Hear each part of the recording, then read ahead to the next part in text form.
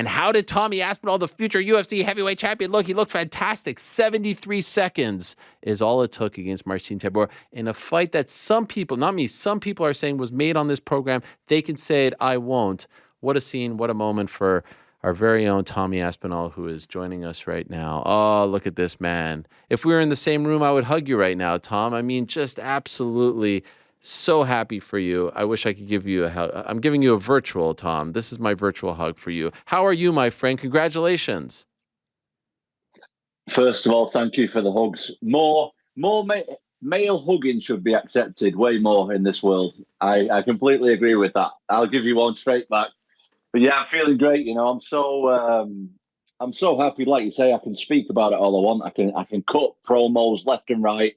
I can speak to all these high media people and all the rest of it. But ultimately, I need to show everybody, and I feel like I showed people pretty good. Oh my gosh, so many questions, Paul. July 24th, 2022 was the Sunday after the Blades fight. What were you doing last Sunday, like a year ago, 366 days ago? What was that Sunday morning like for you? It was one of the lowest days of my life, to be honest with you. It was, I was thinking about that today, actually. I was thinking about it earlier. And just the relief, I just feel that I think that's the ultimate thing that I feel right now is I'm just so relieved, you know, that everything went well. I knew, to be honest, that my body was in great shape. I knew that I had a great training camp. I knew that my mind was great and everything. But just with heavyweight MMA, you just never know. It's just so wild, this sport sometimes. Sometimes just one punch can just change everything. So I'm just so glad that everything went well. And I really, really believed in myself. And ask anybody that's had any kind of ligament surgery to do that 1 year after they've had surgery. Ask anybody. That is a really, really tough thing to do, especially with all the pressure that I had on me. Like, I had so much pressure on me, so many people doubting me, and I knew I could do it, man. I knew I could do it, and the people around me knew that I could do it. And just thanks to every single person that's helped me along the way. I really, really appreciate it. I'm sure there were some people who were like, chin up, Tom, it'll be okay, you'll be back, you'll be better than ever. Would you have believed them if they said, like, in a year from now, you'll be on the London show in July at the O2 and you're going to do something like that? It's going to be better than ever. Don't worry. Like, could you have even wrapped your head around that a year ago today? No, not a year ago today. I couldn't wrap my head around anything, to be honest with you. I was a bit of a mess. I was a lot of a mess, to be honest, for a few months there. And yeah, I just was not in a good mental space. I was at the lowest point in my life right there. For a year ago today, and probably plus about 6-8 weeks, something like that. Yeah, I was in a very, very low point. And if anybody, like, I'm not trying to be like some inspirational guy, or like, that's not really my style. But if anybody can take any motivation and inspiration from this, anyone who's injured or they're at a low point in their life or whatever, you just got to try and believe in yourself. Just set yourself small goals and keep the dream big. Do you know what I mean? That's what I did. I knew that after a few weeks, I knew that I wanted to start coming back. To be honest, the fight that motivated me the most was I seen UFC Paris. I seen Tai Tuivasa against Gane. I seen the support that them guys were getting out there. And I watched that fight closely. And I remember, man, I couldn't even walk at the time. My leg was all braced up, and I had, because it's on European time. The fight was in France, and we don't get to watch it on European time very often. And I remember we had like a little UFC party at my dad's house. We had some friends over. My leg was all braced up. I was still on crutches at the time. And I'd not watched any MMA at all for weeks before then. Maybe months. I'm not sure exactly how long it was after the injury. I think it was about 8 weeks after my injury. And I was really off MMA completely at the time. I'd not watched it. I'd not been keeping up with it at all. And I remember just watching that fight and feeling the atmosphere in the arena, even through the TV, and thinking, you know what? I've been feeling sorry for myself for this long now after the surgery, and I can beat these guys. I know that I can. And I can feel, like I say, I can feel the atmosphere through the TV. And I crave that atmosphere. That's the atmosphere that I get at the O2 Arena. And I just thought, I'm going to be back, and I'm going to beat the winner of this. And that's why I want to fight Gane. And you did that, and you look great, and I mean, you came back and you looked fantastic against Marcin Tybura. I'm just wondering, you mentioned this before and last week as well, but the thought of leaving the sport, like, how long did that period last? How long in your mind were you thinking, I'm done with the sport?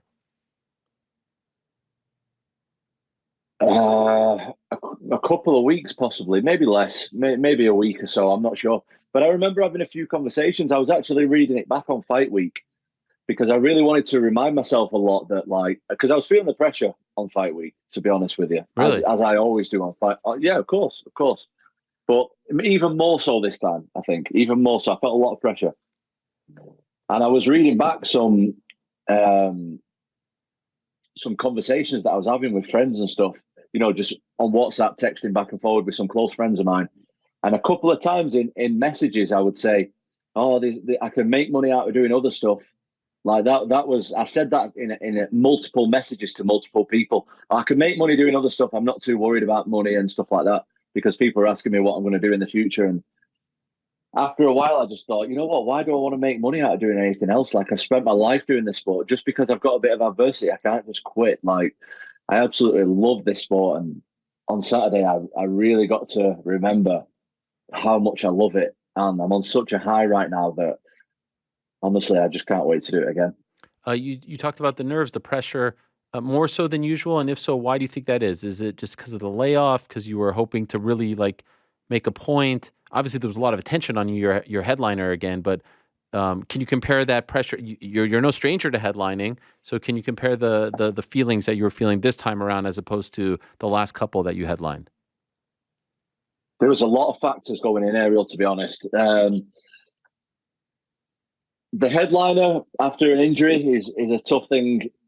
And I actually had a lot of doubters this time, I've never had that many doubters and haters before. A lot of people thinking, oh, I'm never going to come back from it. Obviously, I changed a lot of stuff in my personal life. I changed a lot of stuff with my training and stuff like that. And I wasn't sure, even though I knew it worked for me in training and fighting are two different things.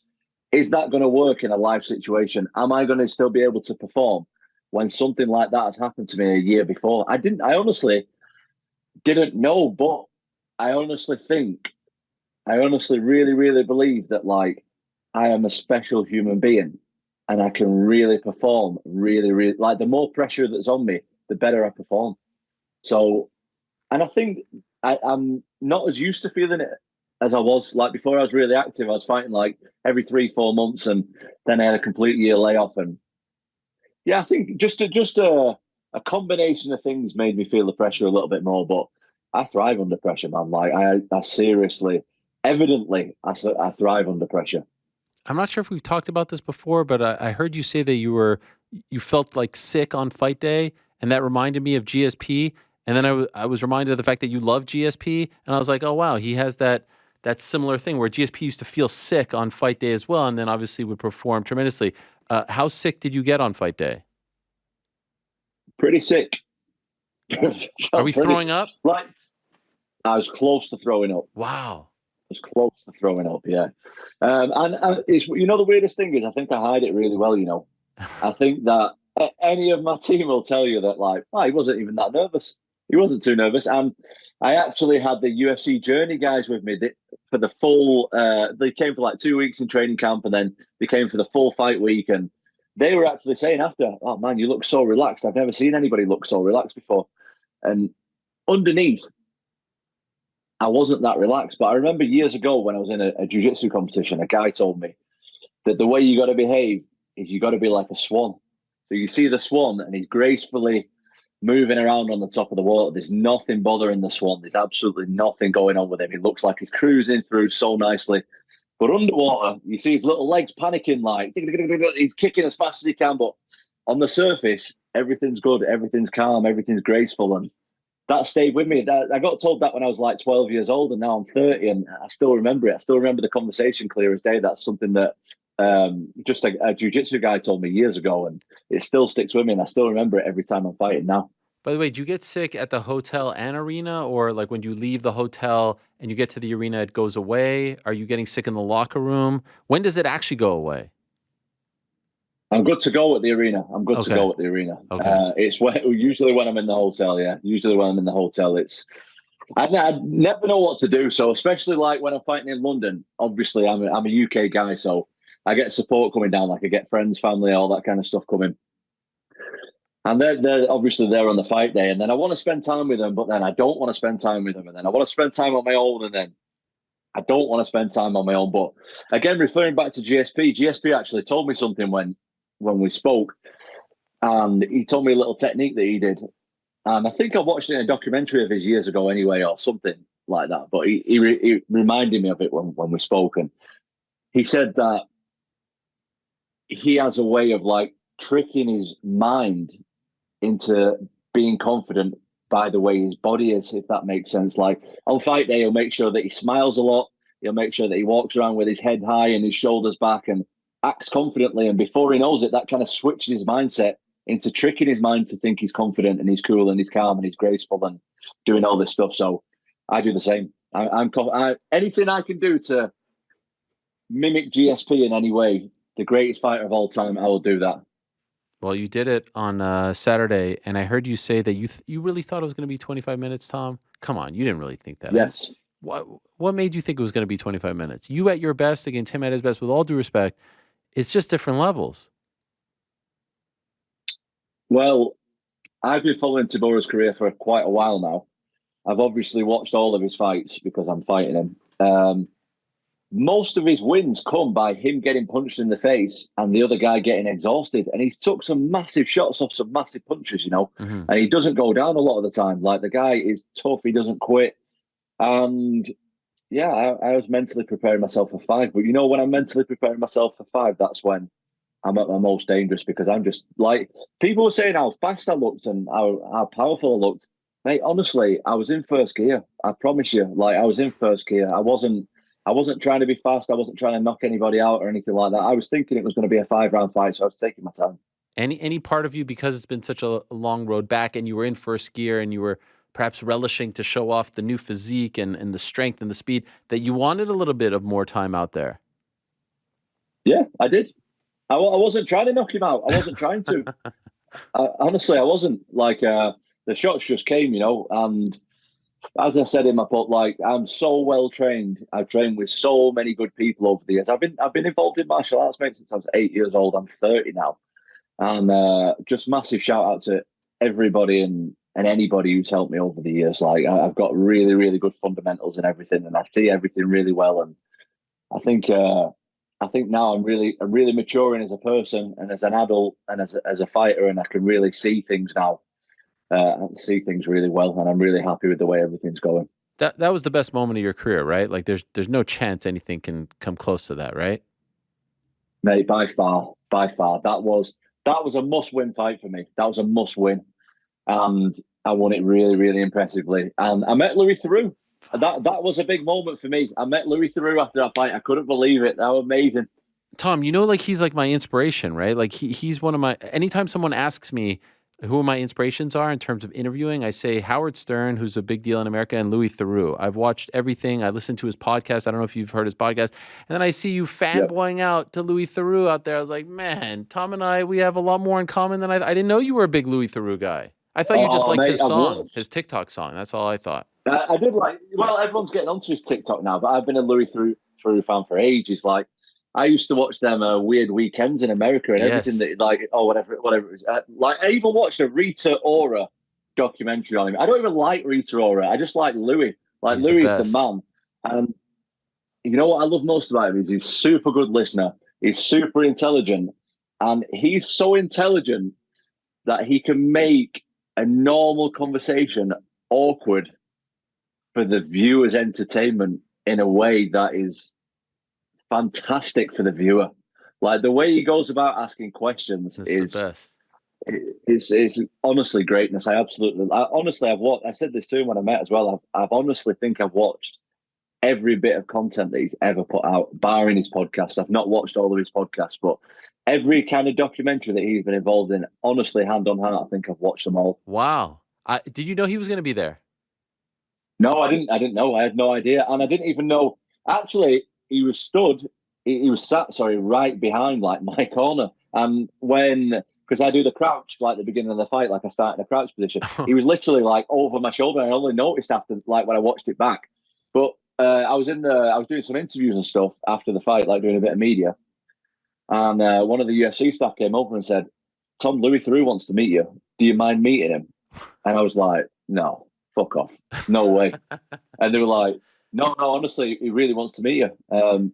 Do you want to go and meet him? I was like, I didn't think they were serious. Honestly, I thought maybe I'd said it in an interview or something, and they were trying to like, I don't know, play a prank or something. I couldn't believe that I met Louis Theroux. Honestly, I'm still so excited about it. That is amazing. I love that you're such a big fan of his. I adore him as well. I got a DM from him one time because Ant Evans, who used to work for the UFC, like tweeted something where he compared us, and I got a message from him, and I was like, I can't believe Louis Theroux even knows that I exist. It was like one of the great moments of my life. So I share your admiration for him, and I would love to hear you on his pod.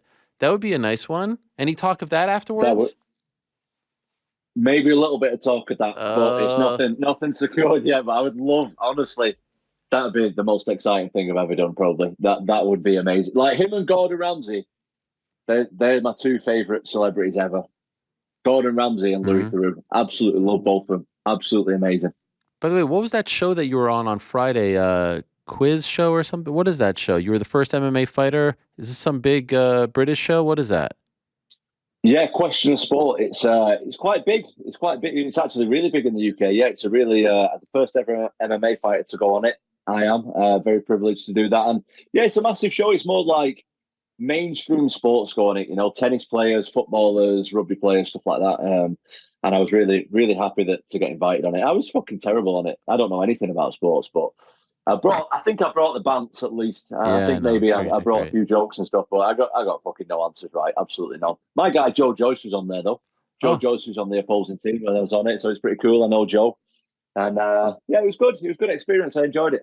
so here I am showering you with praise and love and admiration. I do have one small bone to pick with you, Tom. So I'm going to keep it 100 because I said this at the top of the show.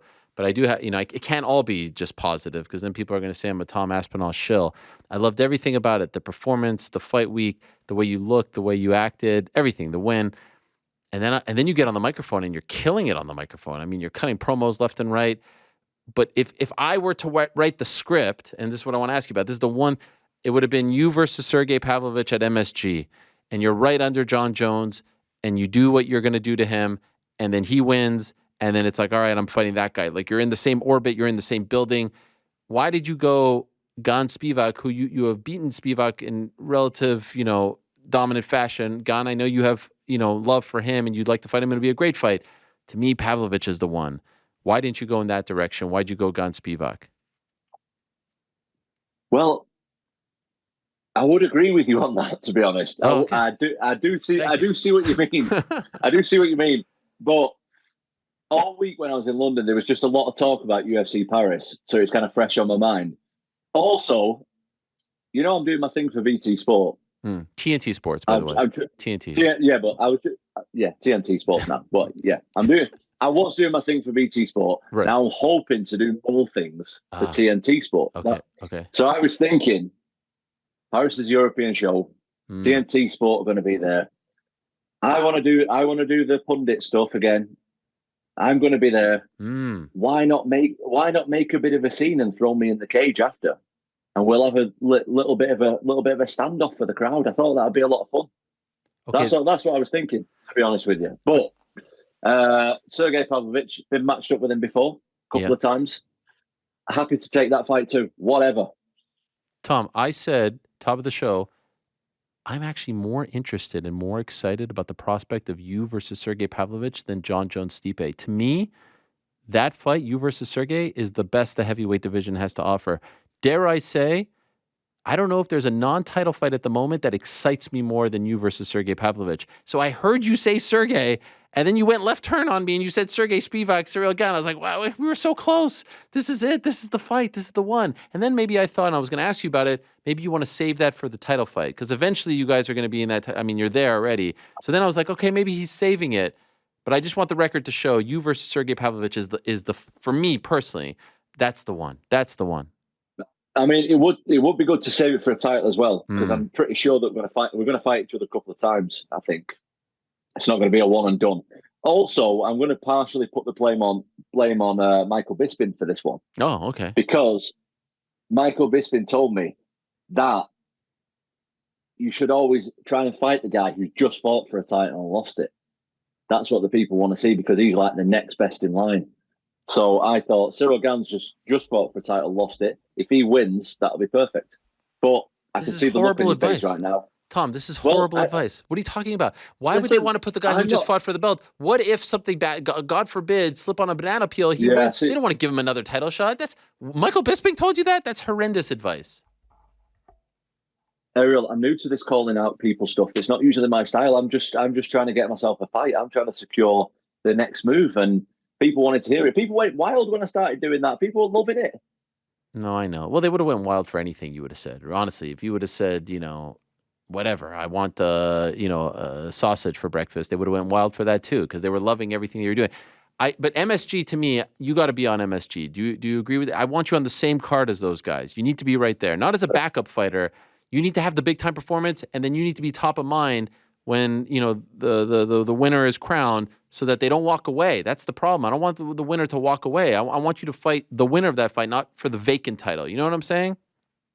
I would definitely agree with that. I see exactly what you mean, and I'm not disputing that you're right. I'm just saying, for whatever reason, that was fresh on my mind for the week. But you know what? The way I see it is, we're all going to fight each other anyway. We're all going to fight each other anyway. Like, we're all youngish guys around our prime before. I think I'm way before my prime personally, but I think we're all going to end up fighting each other anyway. So the order doesn't really matter as much. But I see what you mean. You're a media guy, and you're obviously better than this stuff than me. So I'm just, I've never I'm new steered to you this wrong. stuff. I've never steered you wrong. I also heard you No, say you've not.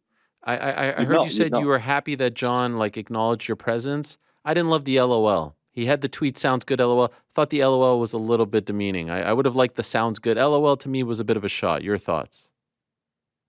I'm just putting it out there. Jon Jones, a patronising guy. I think he's trying to patronise me. Yes. How dare he patronise me? How dare he? I don't know. Whatever. But that's the fight that's my dream fight. So I'll do whatever I can to get that. That's the dream fight. Number one, top of the list, you versus Jon Jones. Of course. How in your mind, what's the prediction? What, with him and Stipe? No, you and Jon. Well, he's fought a lot of quicker guys before. I don't mean quicker than me. I mean quicker than most heavyweights. Being a light heavyweight, obviously.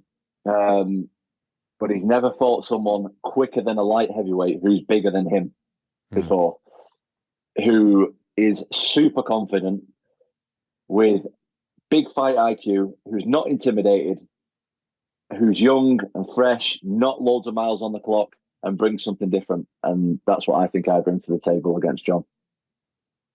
So the official prediction is? Oh, sorry. Yeah, the prediction. I think I'm dangerous from everywhere, to be honest. And I think I have to touch you once. I have to touch.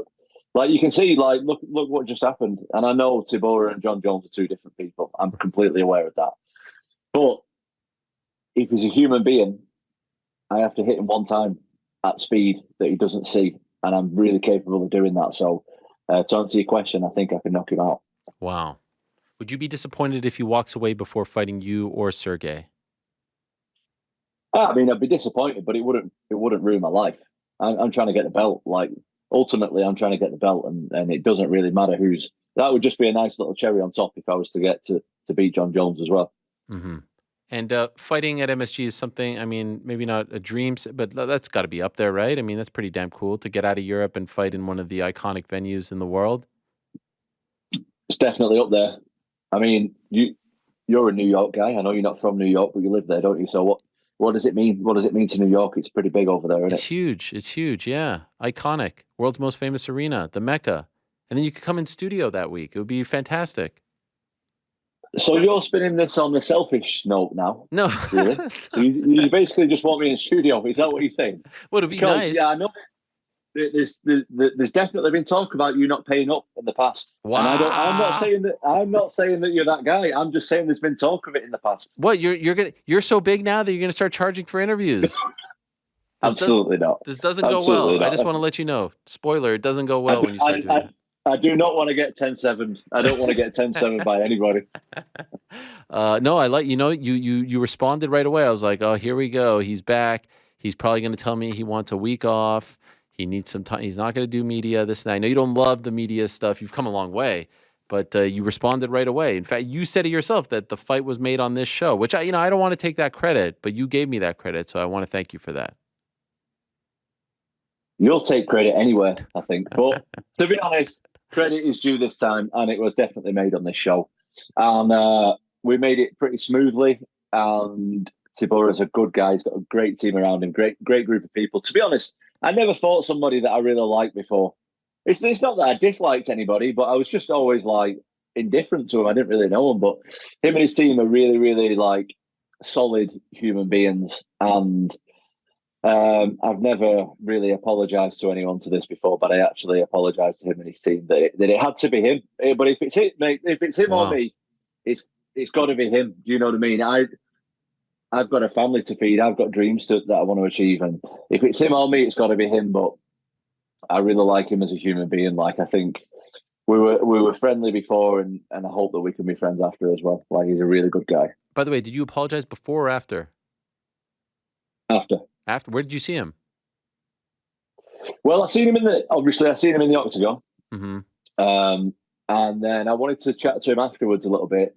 But I had the UFC Journey guys with me, the camera crew, where they were like at the after party. And I didn't want to do it for the cameras. That's not really, if I want to do something genuinely, I want to do it for genuine reasons, not show up with a load of cameras when he's feeling sorry for himself and stick all them in his face. So I just asked I seen his coaches, and I just said, oh, like, what's he doing? What's he up to? And they said, oh, he's just in the room.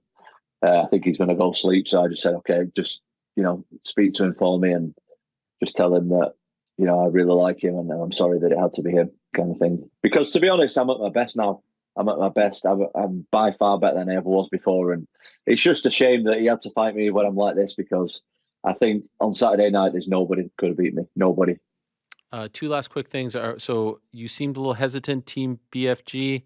You don't love it. I love it. I think it's great. I mean, you guys had a great week. What's the trepidation here? I think it's nice. It's catchy. It's friendly. What's happening? I quite like it, I quite like it. It's growing on me. It's quite corny, though. I don't know about the corniness. Nah, it's lovable.